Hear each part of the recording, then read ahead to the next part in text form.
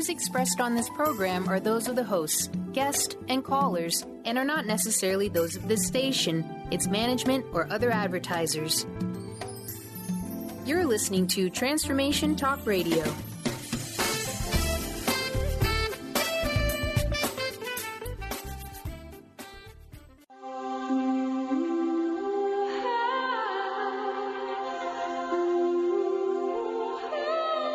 Welcome to the Mindset Makeover. During this unique show, hosts Lisa Berry and Michelle Carter accompany you on a journey of mindful thinking, true feeling, and clearing mind chatter, all to align you with deep answers and multiple possibilities that help you move forward and live in the now. You become present, clear, and unstuck, and able to live fully led by your heart. Michelle and Lisa invite you to listen and feel this transformation through vibration of word, sound, and song. Open up to what's possible and experience a shift.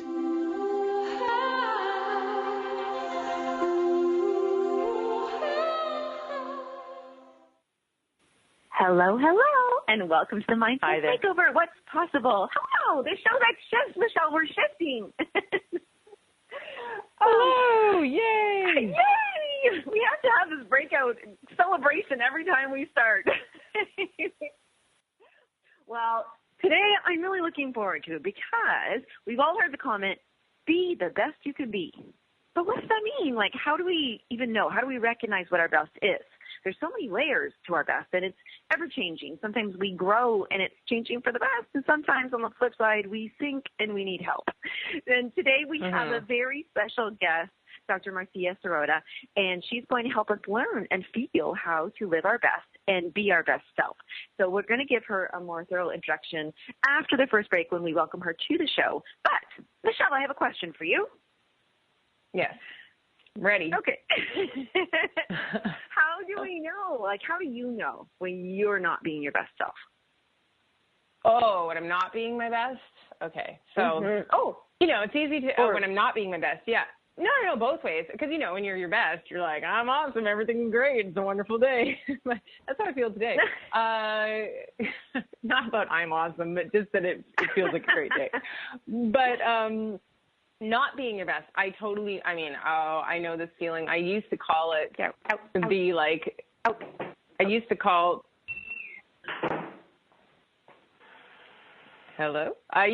it the Mondays, how I would because I would be totally, I would just freak out and start being judgy and comparing and judgy toward myself. And anytime I feel those feelings, I'm like, oh, I'm not, vibrating on where my best self is. And so I think anytime that happens, even if I find myself being really judgmental towards someone else, I'm like, okay, what's going on here? Because it's always about us, So I would say that's my biggest marker when I get really judgmental.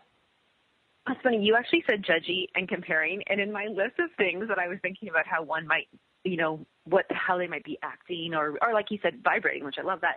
When I wrote judging, comparing, but sometimes I also notice whether sometimes you do it or somebody I do it or whatever, but we can become paranoid because we're thinking, what are people thinking about me? Or did I do the best? Or could I have said something different? Or, and that's because we're comparing, we're judging ourselves basically. And then we're getting paranoid going, oh my gosh, did I do that? And it's in every, totally. And it goes with that, even when you notice you're being really judgmental about other people, because when you feel good, you're not sitting there going, oh, this person sucks, that person sucks, that dog, well, no dogs suck. But you're never, you're not judgmental. When you are feeling good, you don't really have time to notice all the garbage around you. And it's like, I think what you just said, like it does go down to you ultimately being judgmental of yourself. But yeah, so it totally goes hand in hand. Whether we're judging ourselves or others, that's clearly not being our best self. Yes, and you know what's funny too is when I think of I asked the reverse on purpose because sometimes when we think about being our best self, we're like, oh, well, we're doing this and we're doing that, which we will get into. But the one really big thing that I was going to say that I think I might even do myself, I'm sure I do, is if I'm not being my best self, I withdraw.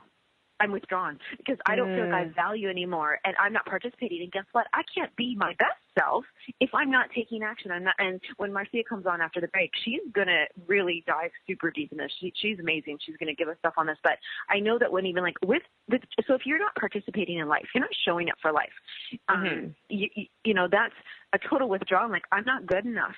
I'm not going to make a decision or action, and I'm not going to shine because I'm not even going to let my light exist. No, it totally makes sense. It's sad when people do it in all different ways. Yeah. Oh, it's and like so sad when it's. This is such a hot topic.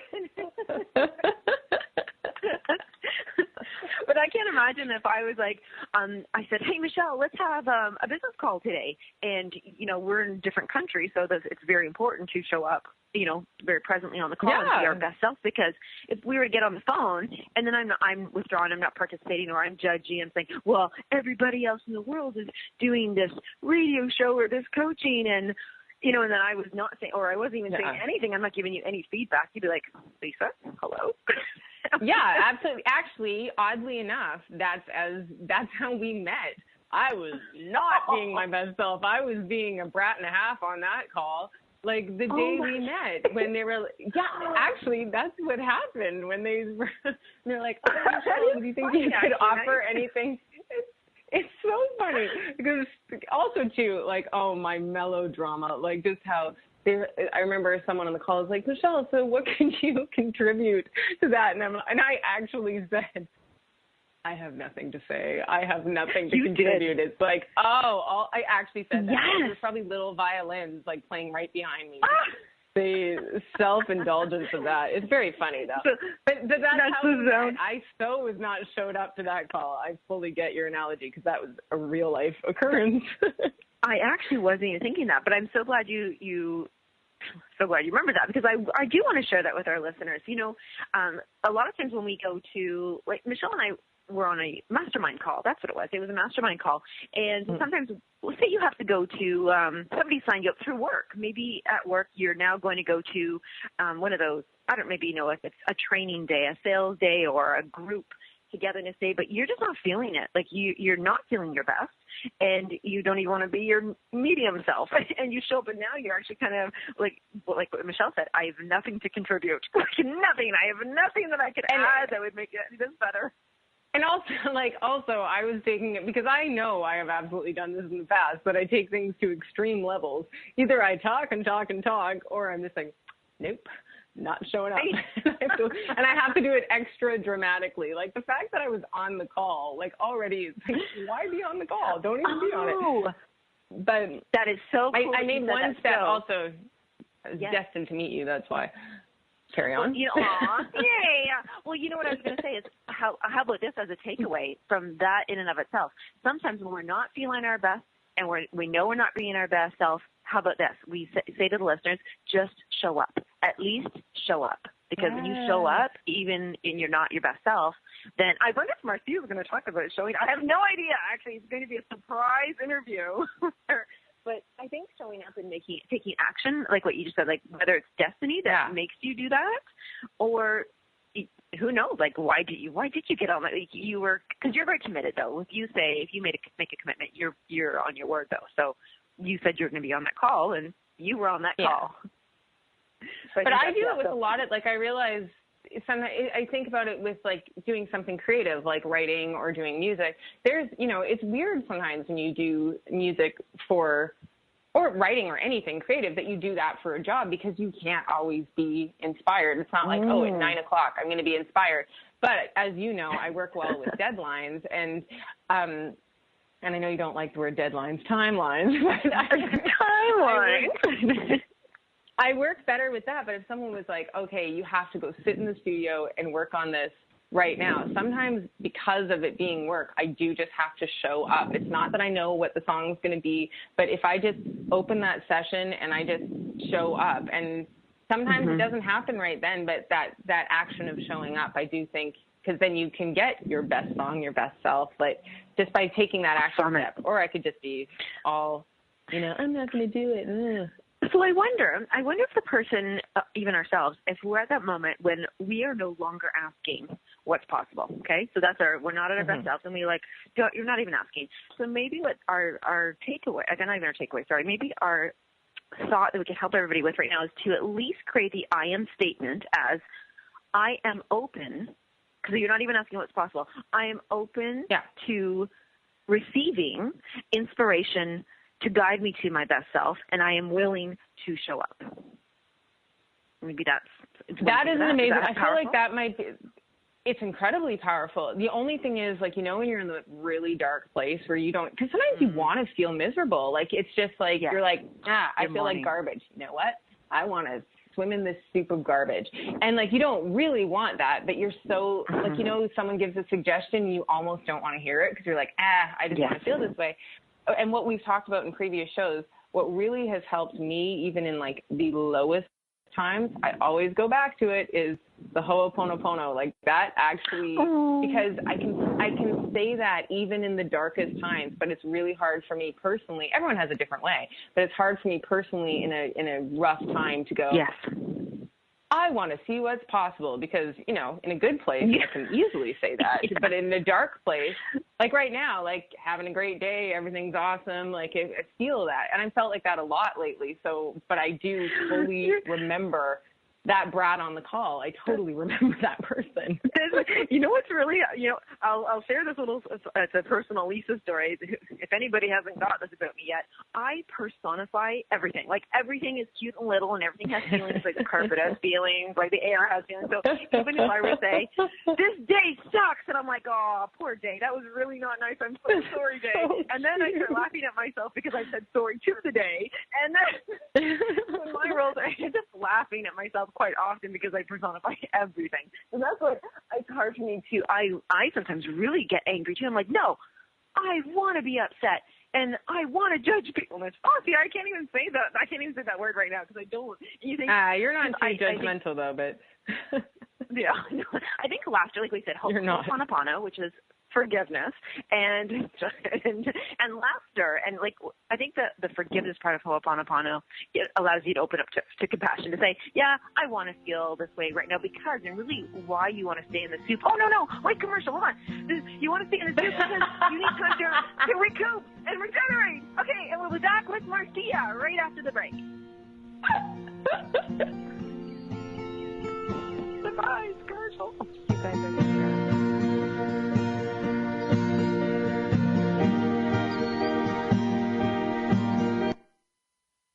The best of the holistic, spiritual, and conscious world. Om Times Radio. IOM FM. As difficult as it is to believe, there are places in Africa where human traffickers sell albino children and their body parts for use in magic rituals. Humanity Healing International is actively working in Uganda to change this paradigm. The Albino Rescue Project finds albino children who are at risk and places them in safe schools and environments where they can learn and grow free from fear. To learn more or to sponsor a child, visit humanityhealing.org. Humanity Healing is where your heart is.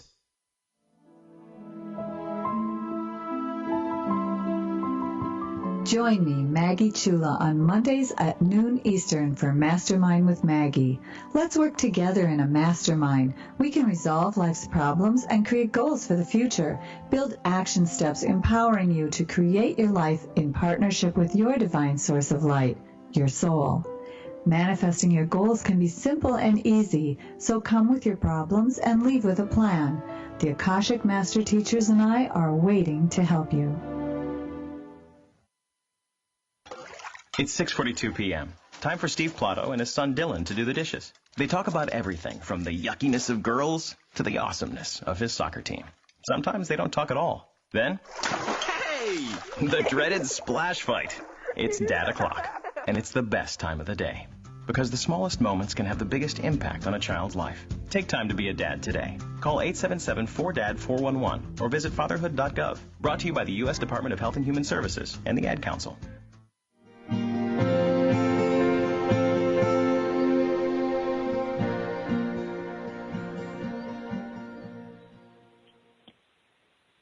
Goodness, those commercials, we know when they are, but they sneak up, I swear. We are going to bring Marcia on, but I want to just to say that thing, because I do want to acknowledge that when we are feeling not our best self and we are in that moment, it is good to acknowledge it, because we're shutting off the world so we can come back to ourselves to say, hey, I need a little R&R, and I think that's where that whole, but what'd you call it? The soup of garbage? The soup of garbage. I don't know. I don't know what comes out of my mouth half the time. It's a garbage soup. That's what it was. Oh, well, I know that Dr. Marcia Sirota has more to say about being your best self and everything. I do want to introduce her. So Dr. Marcia Sirota is a coach and board-certified psychiatrist who coaches individuals. She facilitates groups and speaks to audiences in Canada and the United States, so both of our countries. And in 2009, she founded the Ruthless Compasion Institute, which promotes the optimum health, happiness, and success. Marcia is also a professional speaker and the author of 3 books that deal with improving relationships, habits, and happiness at home and at work. Her articles appear regularly, that's a tough word, on Huffington Post Canada, Medium, and LinkedIn. And in April 2015, Marcia won the Wellness Champion Award, being recognized as one of Toronto's, Mike Lay's, top 10 healthiest business leaders. Welcome, Dr. Marcia. How are you? Hi, I'm great. How are you guys? Great. Oh, great. So happy you're here. Yay. Me too. So we kind of had a big kickoff there about being not your best self, but because we wanted to let you focus on teaching us and showing us how what you think being your best self is and living your best life. Well, I'm glad we have a little bit of time to talk about it, because it's quite I think a detailed conversation, because it's not just one or two things, but I think I'd like to kind of lead off with one of my favorite expressions for being our best self and living our best life, which would be like a little mantra we could even say for ourselves. So it goes like this: open heart, open mind, open eyes. So I think that is a great start to living our best life and being our best self. Can we say it again? Let's repeat it. Open heart, open mind, open eyes. And open means so many things. Pretty straightforward. Yeah, but to me, open heart means being able to give and receive love, not just to others but to yourself. Open mind means having a mental flexibility, so you're willing to look at things in a different way than you have been, willing to consider different possibilities, able to change your mind, think outside the box. And then open eyes is being aware and awake, so you see what's really going on. You're living in reality as opposed to in your fantasy or your denial. So open heart, open mind, open eyes, that's the beginning of everything to me. Oh, I love that. I just got goosebumps when you said the difference between fantasy and, denial. What would you, okay, wait, hold on. What was it? Because you. Fantasy and denial. Reality. I did the same thing. That was amazing. Yeah. Right. That was really cool. So with that, and you would start off, somebody could just wake up every day or go to sleep every night or in the middle of the day, just say that to help remind them as like a little key point, like a little step, like if you're happy and you know what, clap your hands kind of thing. And I have another one they can use as well. Oh, okay. Here's another one that's also super helpful. So it's also just about tuning in. So first is like first thing in the morning. It's like, okay, what do I feel? That's the first. Then, all right, so what do I need? And then from there, it's what am I going to do? So it's really simple. What do I feel? What do I need? And then what do I need to do in response to these? You might wake up feeling a certain way. Okay, so you're feeling, okay, I feel this way. Do. What do I need? And are you asking, I'm getting deep, I'm getting picky here, but when you're saying, okay, I feel this way, and it's like, what do I need? Is it, what do I need to feel happy, to be my best self, or just what do I need in general? Like, let's just explore and see what comes up. What do I need in this moment? Like, if you wake up in the morning, let's say you're in a bad mood, right? You wake up and you're feeling really grouchy. Okay, so what do I need? Maybe what you need is to go back to sleep for an hour. Right? Maybe you need to get an attitude adjustment. Maybe you need some food because you didn't eat enough the night before and you're really super hungry. So it's just really tuning into real needs, not pseudo needs, because sometimes we have all sorts of ideas. I need ice cream, I need chocolate, right? I need a drink. But what we really need but those aren't real. When we have exactly. No. Then when we're in touch with our feelings and our needs, then the action kind of evolves very naturally. So if I'm tired and I need more sleep, then I'll get more sleep. And if I can't get it now, maybe I'll take a nap in the afternoon. Or if I'm hungry and I need some real food, then I'm going to go and eat a good breakfast, a solid breakfast. If I'm being really grouchy because I'm very negative, caught in some negative thinking, maybe I'll do a meditation focusing on positive energy. So there are very simple things that we can do when we connect to our feelings and our needs, and then the actions evolve very naturally out of that. So that's another simple thing we can do first thing in the day, just to help us be our best self and live our best life. That's a great tip. I love how simple those are. Yeah, everybody can do them. Exactly. Well, that's what I'm trying to do. I want to make these easy. things user-friendly and practical.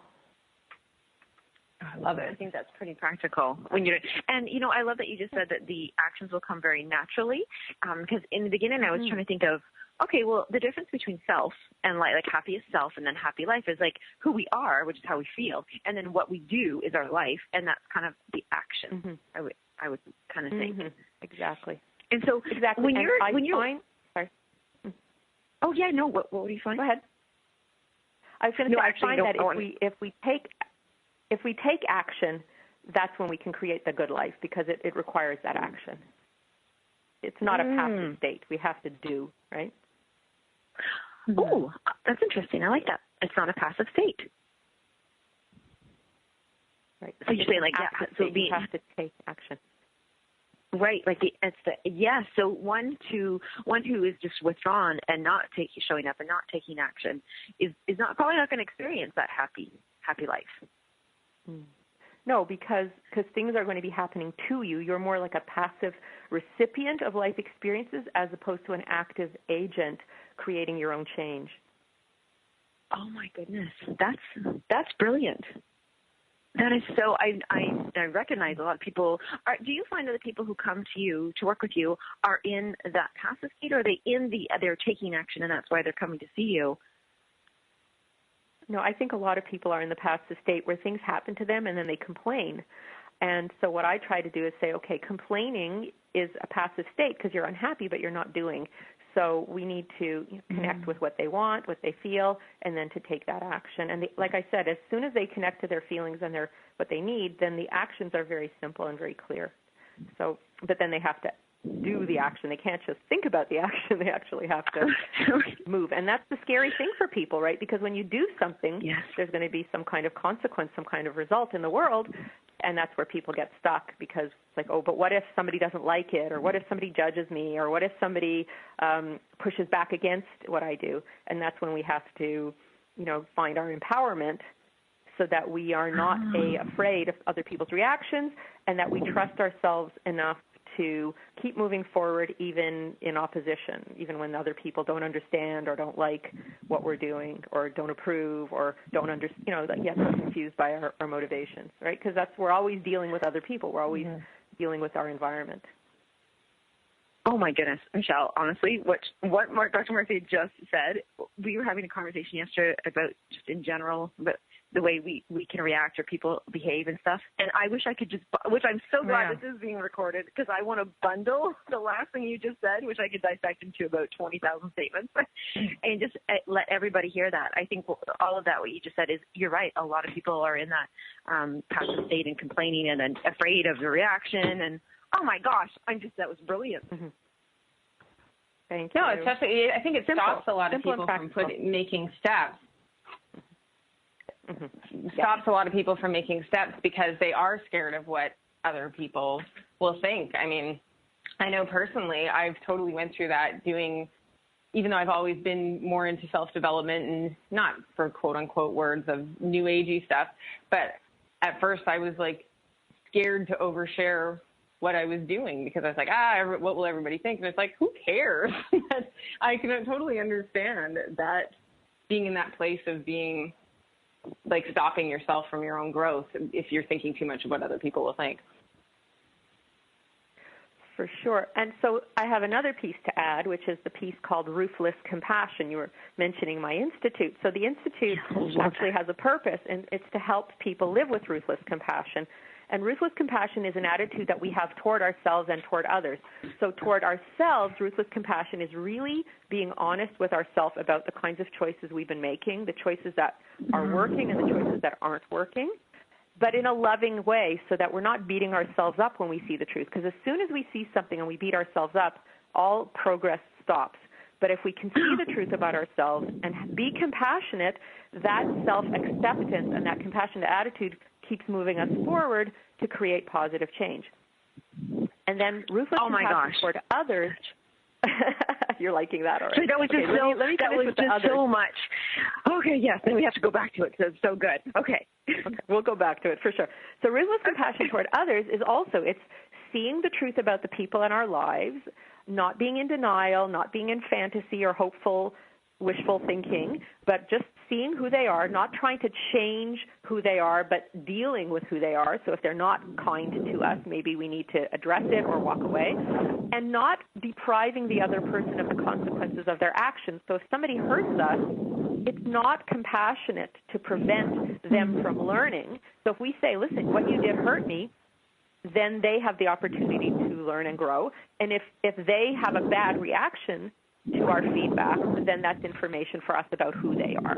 It also helps us let go of our fears of judgment, because if we see ourselves in a loving way and we see others in a compassionate, ruthlessly compassionate way, then we get less hung up on how they see us, because we have to realize that kind people will always be kind, and the people who are unkind will always be unkind. So kind people will always have feedback that's positive and constructive that we can use, and unkind people will have criticisms and judgments that are useless. So we can always just focus on being around the kind people, because their feedback will be useful, and the rest we can just see that that's about them, not us. So that's my ruthless compassion attitude towards self and others, and I think that really helps us live our best life and be our best selves. Oh, my gosh. I'm so blown away right now for Michelle. Oh, my gosh.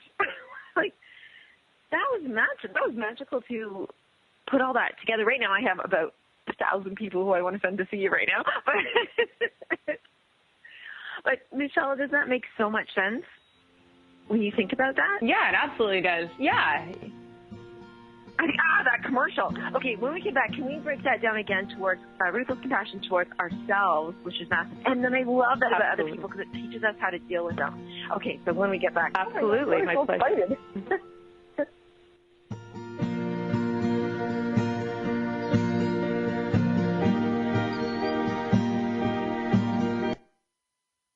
The best of holistic, spiritual, and conscious world. Om Times Radio. IOM FM. Host your show on IOM FM, the radio network of Om Times Media, one of the more recognized brand names in the conscious community, and is backed by the extensive marketing reach of Om Times. Hosting a show on IOM FM immediately connects you with our extensive dedicated community.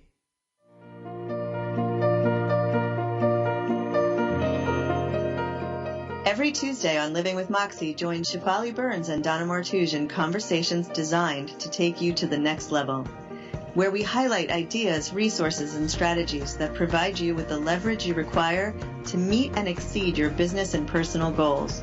Each week on Living with Moxie, we will lead conversations related to success, achievement, fulfillment, and extraordinary, vibrant living. Are you ready to live with Moxie? Join us.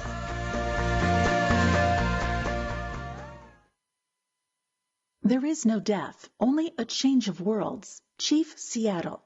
Deborah Livingston is an award-winning intuitive psychic medium whose international services include mediumship, spiritual assessment, animal communication, and spiritual mentoring. She is a published author and a trained shaman.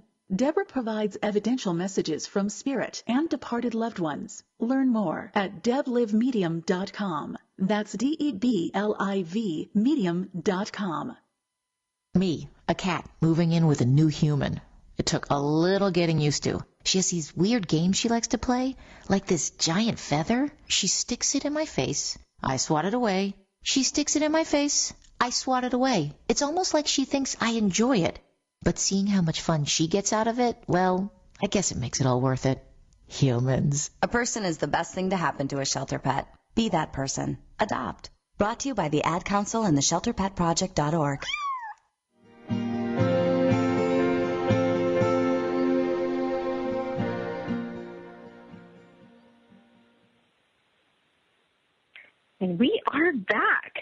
And I was going to ask you, Marcia, when you chose the word ruthless, what is that when you say ruthless compassion? That's a certain degree of which we are compassionate. What made you choose that word? Well, if you think about yin and yang, right, it's the dark and the light together. So ruthless compassion is not, some people think to be compassionate is to be a doormat. You just sort of, everyone's nice and everyone's soft and everyone's sweet and everyone can walk all over you. So ruthless compassion is kindness with fierceness. So you have your inner warrior activated to protect yourself and your loved ones, but you are practicing loving kindness. So I like that attitude because being ruthlessly compassionate, you see the truth as it really is, you face reality and what's really going on, and you take action without worrying about whether other people will approve or like it or judge you. So you're more fearless and more brave and more empowered with ruthless compassion, and you're more willing to see the truth about yourself because you know that you will do so with compassion, and you're more willing to see the truth about others because you know that there's no point in wasting your time on people who are going to be disrespectful or unkind. I truly am picturing a warrior of self when you say that. Mm-hmm. Yes, and it's a loving warrior. So it's not an aggressive warrior. It's a real warrior with love. I think actually Michelle has been a good mentor to me. I think, Michelle, you practice this quite well. And now that I'm taking in what you're sharing with us and thinking about what Michelle has taught me and stuff, I think that it's definitely improved my life. And I know that I'm living my best self because of taking that approach. And now I have a great term for it, and I want to hear. So if you can take us back to the ruthless, compassionate towards self. Yes. Yes. Okay. So let's explore that because I like to pull it apart. Sure. Mm-hmm.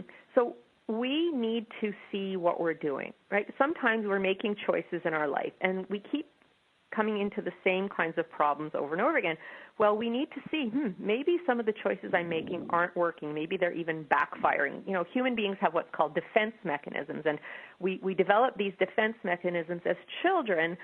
They're the best bet at the time. But once we become adults, a lot of these ways of coping don't work anymore because they were the only thing we could do as children, but as adults there are many better things we can do.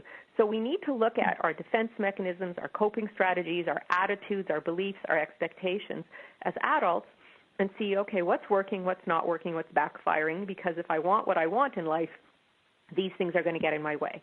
Ruthless compassion enables us to look at our choices and go, yeah, this choice works, this choice really doesn't work, this choice hurts me, this choice hurts others, I got to let them go. And when we're ruthless, we can see it, and when we're compassionate, we don't get angry at ourselves or beat ourselves up or criticize ourselves. We just see it. We sort of put what I call the neutral gaze upon it. It's a meditative technique where you just, you have that neutral observational gaze without judgment, without criticism. And you see it and you go, that doesn't work. That has to change. That is working okay. We can keep that. That hurts me. We got to let that go. That hurts others. That's not good. So it's really a way of putting that neutral gaze on all our choices, all our actions, and discerning very clearly what works, what doesn't work. And because we are able to do it without that self-abuse, change is possible. I have a question then. What if, as the observer, the neutral gazer, is looking and saying, that has to go, but then in order to let it go, you go, ooh, that's going to hurt. Okay. So then you do what's called facing, grieving, and letting go. It's a very simple technique for releasing whatever attitudes, beliefs, expectations, emotional wounds, people. You face the truth. You give yourself time and space to grieve the loss, because even if it's something bad or a bad person in your life, you're used to it, you're attached to it, it's a habit or a friend or a partner that you're, comfortable with, even if it's not working. So you grieve the loss. You acknowledge that it's a loss, even if it's a loss of something you need to let go of. You acknowledge your emotional attachment and the loss, and then you grieve it. And in the grieving and in the compassionate acceptance that, yes, this is a loss, you're able to let it go and release it, and then it's done. Wow. And would somebody need help? Like Michelle and I both love, we love coaches and help and self-help and all that good stuff. Like, Michelle, have you ever come to a situation where you've needed something, like needed somebody else to help you get through? Oh, yeah, for sure. Well, that's why when I met you, I was in 3 courses at once. I was like, I'm changing this. I was just like, and so many things contradicted each other, but I was like, whatever, I'm changing, this is changing. Yeah, because sometimes, we all need, we can be the most enlightened person on the planet, which nobody is, but we always need somebody, be it a friend, be it a coach, be it a counselor. And, Lisa and I were talking about this the other day, that we were saying for some people and friends and family, you do need that person that's not your friend or your family, that's not too close to the situation, that's, of course, we love. That's why you need a counselor or somebody that can see it more objectively. Yeah, and can help you not be so drawn into outcome. Yeah, absolutely. Mm-hmm. And the thing about being able to let go is, I think a lot of us, once we realize, I have to let this go, we just try to kind of muscle our way through and say, okay, I got to let it go. But if we have the compassion, that ruthless compassion enables us to say, yes, but it is a loss. It is something that we've been attached to. And in order to really be able to let it go completely, we have to have that compassionate attitude, acknowledging that it is a loss, so we can grieve it, give ourselves the time and space to grieve it, and then we can release it. I think a lot of times we can't release things because we try to muscle our way out of it and force ourselves to let it go when we're not allowing ourselves to acknowledge the pain of it. The Buddhists say that that so much of our suffering comes from attachment. So I want to take it to the next level and say, well, if we acknowledge the attachment and grieve that attachment, then we can do the letting go. I love that. And funny enough, we haven't released it yet, but we've created something called Until It No Longer Serves Me. And I think that to say it best is until it no longer serves my highest self. Yeah, we haven't released that one yet. We'll be. But okay, so that was one. So when somebody is in the middle of, so that question which took us here was, if somebody says, I need to let go, I need to do this, but it hurts, but it's too hard. So they go through that process. And then how do they know that they've compassionately grieved, they've released? There's 3 steps. What was it? Facing, grieving, and letting go. Yeah. So you face the thing that you need to let go of. Okay. Then you grieve it, and then you feel there's no charge anymore, right? There's no stickiness, right? That charge, when there's something that's a charge. It's like when people are trying to overcome addiction, and they keep thinking about the thing they're addicted to. Then there's still charge. True healing of addiction, which is a couple of my books are about, is really about doing that emotional work so there's no charge. And so when you've made that kind of release, whatever it's about, addiction, a habit, an attitude, a belief, a person, there's no more charge, there's no more Velcro or stickiness, and you feel that lightness and that freedom, and you don't feel the need to keep holding on because you have truly let it go. So it's a real clear sense of that lightness and looseness and freedom. It's unmistakable. Yes, I love that you're saying about the charge. Yes. I love that, the stickiness and stuff. I actually say when you're thirsty or dehydrated, you become sticky, and then the bad sticks to you. So I see what you're saying about the charge then. So they go through that process. So now they've acknowledged it. They've given themselves time, and then is that it for the compassion for yourself, or is there more to the self part before going into others? I think compassion for yourself also involves a certain amount of self-trust, right? You have to trust yourself that you are the person who knows you the best and who knows exactly what you need the most. So trusting yourself in the world is super important, and that's part of self-compassion, because if you love and accept yourself, then it enables you to take action, and the more action you take, the more confidence you have, and then the more you trust yourself. So part of the self-compassion is self-acceptance and also self-trust. And having that self-trust enables you to take those actions. And the more you do, the more you trust yourself, the more you trust yourself, the more you can do. That's a big piece as well. Oh, I love how it's like that swivel. Like, you have to do more to trust yourself, but you have to trust yourself to do more. The lazy Susan, spin around. Okay, so and now it starts with that self-compassion. Pardon me? It starts with self-compassion. Right? It starts with self-compassion, yes. So we've got this person, and it's us, and we're feeling this way. We've asked ourselves in the morning, what do we need? What do we feel? What do we need? What do we need to do? We've gone through that. We're feeling, we're trusting ourselves, we're doing. And now we've got some person coming into our life, and they're screwing it all up. What do we do? Right. Okay, so I always talk about confrontation. There's healthy confrontation, and there's, counterproductive confrontation. So you have to look at the other person, and again, you have to see them. So healthy confrontation is possible when the other person actually cares what you have to say. If you're trying to have a healthy confrontation with someone who doesn't care about your needs or feelings, you're wasting your time. Those are the kind of people you just need to say, I have to walk away from this person, right? Because if what you say doesn't matter to them, if they truly don't care, there's no point in negotiating. You can't negotiate in good faith. You just walk away. But that's an extremely valid point. That's a huge point, actually, because a lot of people will keep continuing to go back to the person to try to prove them wrong or get their approval, and there's no point. There's no point. You're not going to get it. No, it's a waste of time. That's part of it, seeing the truth about them, right? That's that clarity of vision when you have that ruthlessness of how you see the other person. So you look at that person with that ruthless eye, you see the truth. Is this a person I can negotiate in good faith with or not? If not, you walk away. But if this is a person who appears to care about you, then you express your needs and feelings. You go, this is what I need to do. I want you to support me. And then you watch and listen to their response, because their response is not about you, it's about them. If they are supportive, if they're not supportive, if they're judgmental, if they're accepting, it's all about them. So you pay attention to their response because it's giving you valuable information about who they are and how they are going to be around you. And depending on how they respond, this is a person that you can continue in a relationship with or not. If they are defensive, if they're unreasonable, if they're hypercritical, if they're undermining, if they are, kind of a frenemy, this is not a person that you want to associate with. But if you can share your feelings and your needs in that kind of healthy confrontation, which is all about, this is how I feel, this is what I need, this is what you did that didn't work for me, that's how you do it. So you do it in a way that they can hear it and it's not going to make them defensive.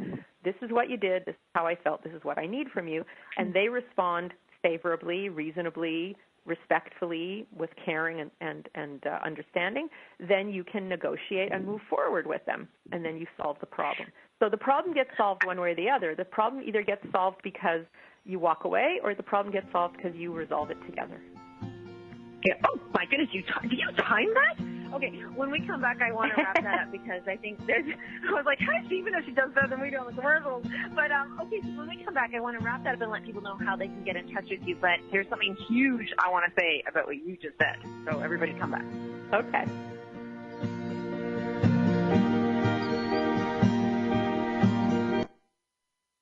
Connecting you with the best of the conscious minds in the world.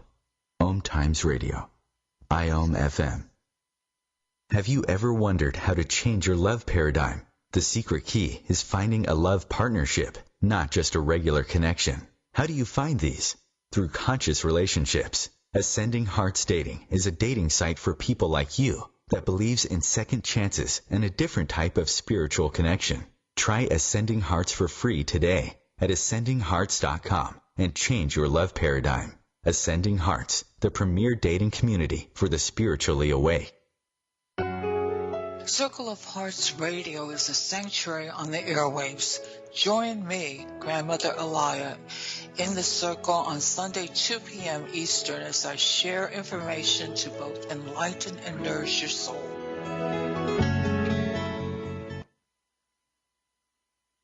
Mother, Mother Ocean. Hi, I'm Jimmy Buffett. West Indian manatees are one of the most unique animals on Earth, and we're still finding out so many new things about them. But manatees are endangered, and many of them are killed or injured each year because of watercraft collisions or other human activities. You can help save these gentle marine mammals. For free tips on what you can do, call Save the Manatee Club at 1-800-432-JOIN. Thank you.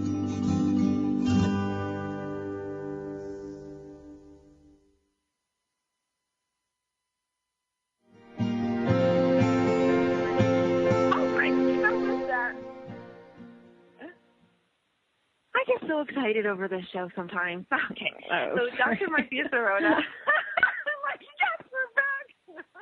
Manatees. Oh, I love all of our commercials still. The biggest thing that you just said about with others, and I really wanted to highlight this, is, and it's actually, I'm highlighting a question I think is very valid and a lot of people might be asking is, what do we do when we truly believe that we've somewhere in our hearts and minds have thought, wow, this person is pretty crappy to us, who every time I, go to them and tell them this and they aren't very respectful or with their responses. And then we believe that they're actually put in our lives so that we can grow. Like, I am meant to go through this hard time so that I can grow from this. And like, what is the person who believes that this obstacle is actually their gift, but it really isn't? It's not good for them. How do they recognize that? What do they do? And that would be my biggest final question. I think it's huge. Sure. Well, maybe this gift is really the gift of learning to let go, right? Maybe what they really need to learn from this person is that they don't deserve to be disrespected, that they do deserve to be treated with respect and love and compassion, and to learn how to walk away from somebody because they're not going to change. And maybe the other lesson is that we cannot make the other person be who we want them to be. They are who we are, and part of that ruthless compassion is ruthlessly facing the truth that this person is who they are, and that no matter how we want them to be or what potential we see in them, they're going to be who they want to be, not who we want them to be, and we have to accept that and then deal with the reality of who they are. And if the reality of who they are is not serving our needs and is making us feel bad or is keeping us from achieving our goals, sometimes the very best thing to do is to walk away. And also, in terms of ruthless compassion to them, if they are walked away from, they have an opportunity to sit back and go, why did this person walk away from me? Is there something that I did that pushed this person away? And then what we're doing is giving them a tremendous gift, because they can self-reflect and think about what they might want to change if they're willing and capable of doing that. But we've given them a gift of an opportunity to self-reflect. So we have taken care of ourselves by extricating ourselves from a counterproductive dynamic, and we've given them a gift of the opportunity to look at their behavior that has pushed us away. So it's a win-win, and that's what ruthless compassion really does. It creates win-win. It creates a win-win. And I think the whole thing, to summarize, like kind of all of it, is that when we are living our best self and we are living our best life, it doesn't include feeling bad. So if you're feeling bad, you're not living your best life. You're not living your best life. And can people become a part of your, with this ruthless compassion? Do they join and become a member? How can they contact you? How can they do something with you? They can come to my website. They can come to my website, which is www.marciasirotamd.com, and then they can sign up for my monthly wellness newsletter.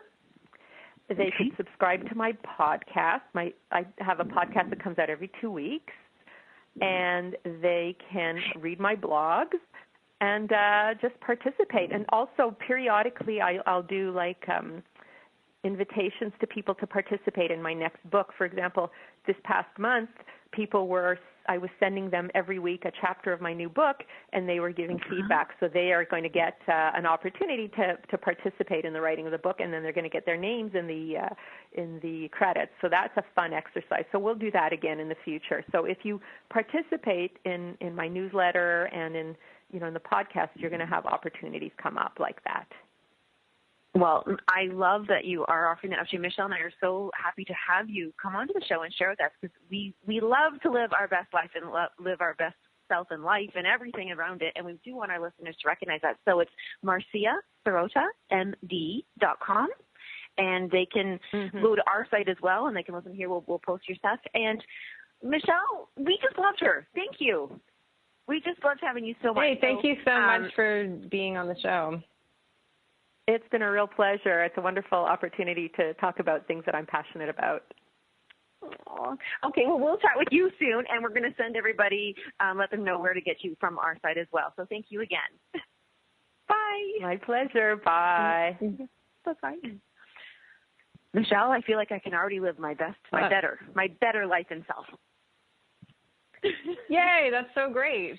Well, the thing is, I think people just have to recognize too that it's always a process. Like we every day we might feel great, like, we feel great right now, and then 5 minutes later you might not feel good. I like those simple questions that she said that were really great. Like, just ask yourself some simple questions. And we talk all the time on this show about shifting and tiny shifts, and that's what I loved about some of those questions, that it's like, these are simple, these are doable, and like you can shift that, turn that frown upside down. It's very possible quickly. So I thought we can live our best life. Even if it's in moments, it's still better than always being down. I love that. And just to I was thinking that, so the beginning thing Marcia said to us, she goes, so wake up in the morning, that wasn't the morning one, sorry. That was in Jenna one. Open my heart, open my mind, and open my eyes. And I think even right, I love that. Yeah, because you really are asking the universe to align with you to help you see the truth, to see your best self, because that's where our best self lies, right? Isn't the truth? Oh my God, I said lies in the same sentence as truth, but I meant as where it lies. No, but I think that really makes sense. And it just allows you to be open too, because like that, having those three elements being open, because you do see things differently when you're open, and you see people differently when you're open. There are some people, and it doesn't make them bad people at all, because we all have people in our lives that maybe sometimes don't share everything with, or, but it doesn't make them bad either. You're just at different places. Yeah. I think it's important to recognize that it's not all like good versus evil. Like, I think it's just, I like the lot that was supporting you, or like it's important. You and I talk about that all the time. Is about like where you share and who you like. We talk about who you share stuff with, and because it does feel. I mean, it all reiterates everything that was said today, and I think it's great. I think there's a lot of tangible ways to live your best life, and to know it's possible, and to know every time you get one tiny setback that it doesn't mean you're not living your best life. You're just having a human experience, and you can get over it. You know what's really funny about, I'm trying to think, oh my gosh, lifetimes ago, I remember my dad. So we usually talk about your mom, so that's my bring up of your mom, but I have to bring up my dad, and I don't think I've ever talked about my dad. My dad's just the most beautiful, awesome man.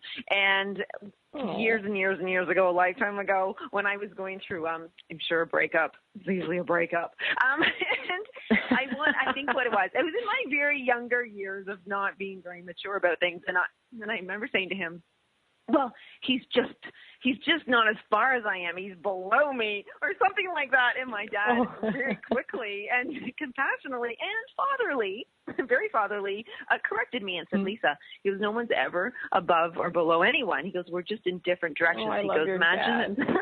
I know, he's so cute. We're on a different plane, in different ways. Cute. And the funny thing was, of course, because, first of all, he's very impressionable, and I believed him. I went, oh, and that made me feel better, because I kind of felt really horrible for saying it, too, even though I was in my garbage soup. Garbage soup. Your garbage soup. And I was like, that wasn't really nice of me, but I was angry. And when he said that, that's a huge thing. But now I want to evolve it, 20 years later, I'd like to say that now I actually believe that about myself. Maybe the actions I took weren't better or worse or above or below some other actions I've taken, but they're just in different directions. And I want to definitely head in the direction. Oh, that's good. No, I'm gonna have to let him know that he's, it's being upgraded, the sentence now. But I love that though. You're just heading, because sometimes you have to make pit stops. You have to on the direction. You make some stops. You might get a flat tire. All sorts of things could happen. But a big part is our reaction to it too. And also, we talked about earlier in the show that it was, what was it? Oh, Marcia had said about feeling that, acknowledging the feeling, not just you brushing it under the rug, how we've talked about in past shows, but really acknowledging when you may feel, because I think if you acknowledge that you're feeling something, then you can really get through it. But I love that about, it's just different directions. That's all it is. It's not higher, lower. There's no bad people out there. Well, I'm sure there's some very misguided people out there, but usually people in our lives, if there's not as misguided. It all has to do with the direction. The direction. Well, I just remember is that when I truly can say this, I used to choose really bad relationships, like dating, because, and I truly believed at the time was, well, no, I'm meant to date this guy who's very disrespectful to me or holds me back or doing this because it's an opportunity for me. And I have, thank goodness, finally realized that that's not necessary. I can find these lessons on my own. And but I also, that was a tough one because, yeah, and I think a lot of people might even say, or that I was in that relationship to rescue them because I'm helping them. But you know what? I realize now, especially after Marcia said this, is that by walking away, it gives them the opportunity. One of my latest, the bigger, longer breakups of relationships, they actually that did happen. And I felt really happy. They came back later and said, you know what? I didn't realize that until you left, and now I get what was going on. And that kind of is a gift in itself because they get to be a little bit of their better selves too. So I think it was absolutely. kind of quite often you're giving the gift. If it's not serving you, then it's not serving them either. It can't be. It's never one-sided. That it's great for me and it's great for them and it's terrible for me. That's very rare that that's the case. Usually you're both not serving each other in all sorts of relationships, business, romantic, everything. So I do agree. Like sometimes the gift is to walk away. Because it's true. It's the same. Remember that? Oh, no. Okay. Wait, let's close off with this. It's got to be win-win. If you want to be your best self and live your best life, make sure it's always win-win. You feel great. And contact Dr. Marcia Sirota and go to our website. And we forgot to make our offer, so you'll have to come to our page to find out what it is. Surprise! Oh, yes. 432shift.com. Thank you so much for listening, everybody. And thank you, Dr. Marcia. Bye.